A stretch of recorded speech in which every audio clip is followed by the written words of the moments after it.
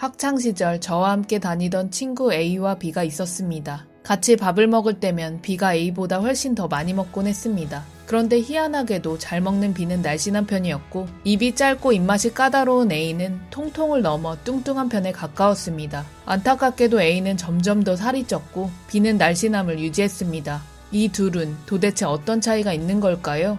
그런데 B처럼 잘 먹으면서도 지방이 잘 쌓이지 않는 체질을 만드는 방법이 있습니다. 그럼 그 비결에 대해 알아볼까요? 첫째, 비만인 사람과 날씬한 사람의 결정적 차이. 연구를 통해 밝혀진 결과 비만인 사람과 날씬한 사람의 장에 있는 미생물이 다르다고 합니다. 장에는 장내 미생물이라고 부르는 수천 가지 다른 종류의 박테리아가 균형을 이루며 살고 있습니다. 이러한 미생물들은 소화와 흡수, 면역, 호르몬 분비 등 다양한 역할을 담당하고 있습니다. 그런데 비만인 사람은 장내 미생물 중에서 일명 뚱보균이라고 불리는 퍼미큐테스가 정상인에 비해 높게 나타나는 경우가 많다고 합니다. 참고로 퍼미큐테스는 몸속의 지방을 과하게 생성합니다. 또한 식욕을 억제하는 호르몬에도 악영향을 끼쳐 먹고 또 먹도록 유도합니다. 반면 날씬한 사람들의 장에는 날씬균이라고 불리는 박테로이데테스가 많다고 합니다. 박테로이데테스는 지방분해 효소를 활성화하여 체내 지방 연소를 돕는다고 합니다.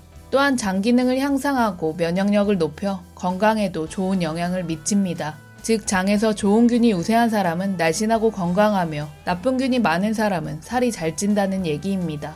장내 미생물은 개개인마다 차이가 있고 유전적인 요소에도 영향을 받는다고 하는데요. 내 몸에 뚱보균이 남들보다 많아서 적게 먹어도 살이 잘 찐다면 너무 억울하지 않을까요? 하지만 희망적이게도 우리는 장내 미생물의 비율을 바꿀 수 있습니다. 즉 지방이 잘 타는 체질을 만들 수 있다는 것이죠. 둘째, 장내 미생물을 결정하는 방법.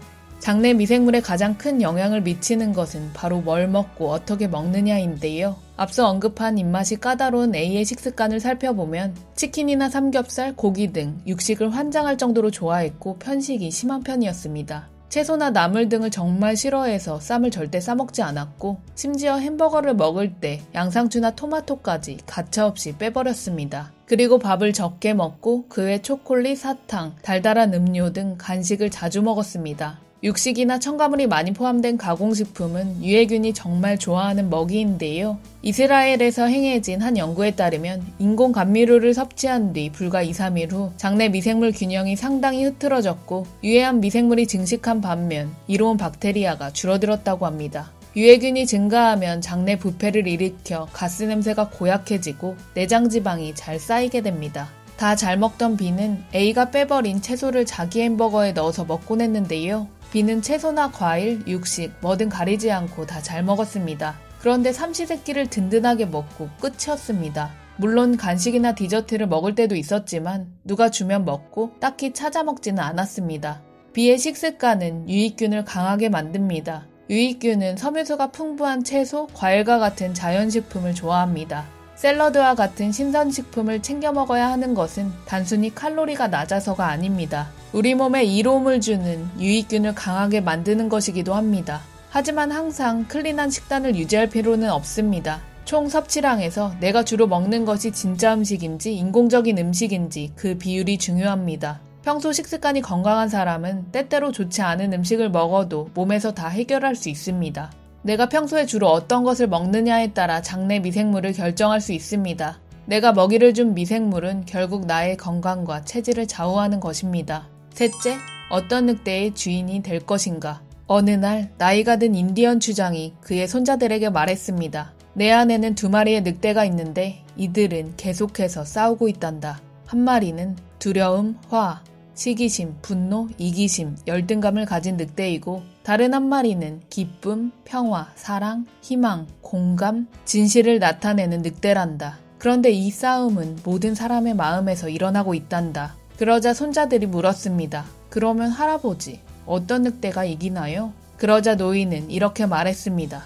네가 날마다 먹이를 주고 키우는 놈이 이길 거란다. 인간은 선택이라는 엄청난 권한을 가지고 있습니다. 여러분들은 자신의 몸에 독을 넣을지 약을 넣을지 선택할 수 있습니다. 유해균을 강하게 만들지 유익균을 강하게 만들지 결정할 수 있습니다. 남 탓, 환경 탓, 상황 탓을 하며 하루하루를 우울해하고 불평불만으로 보낼 수 있습니다. 내가 가진 것에 감사하고 내가 지금 할 수 있는 것에 집중하며 풍요로운 인생을 살 수도 있습니다. 여러분들은 이 모든 선택의 권한을 가지고 있는 자기 인생의 최고의 권력자입니다. 앞으로 어떠한 삶을 선택하시겠습니까? 다양한 의견이나 사례 그리고 안부는 댓글로 남겨주시고요. 온 우주와 저는 무조건 언제나 당신 편이에요. 참 소중한 당신 진심으로 고맙고 사랑해요. 우리 존재 화이팅! 화이팅! 화이팅!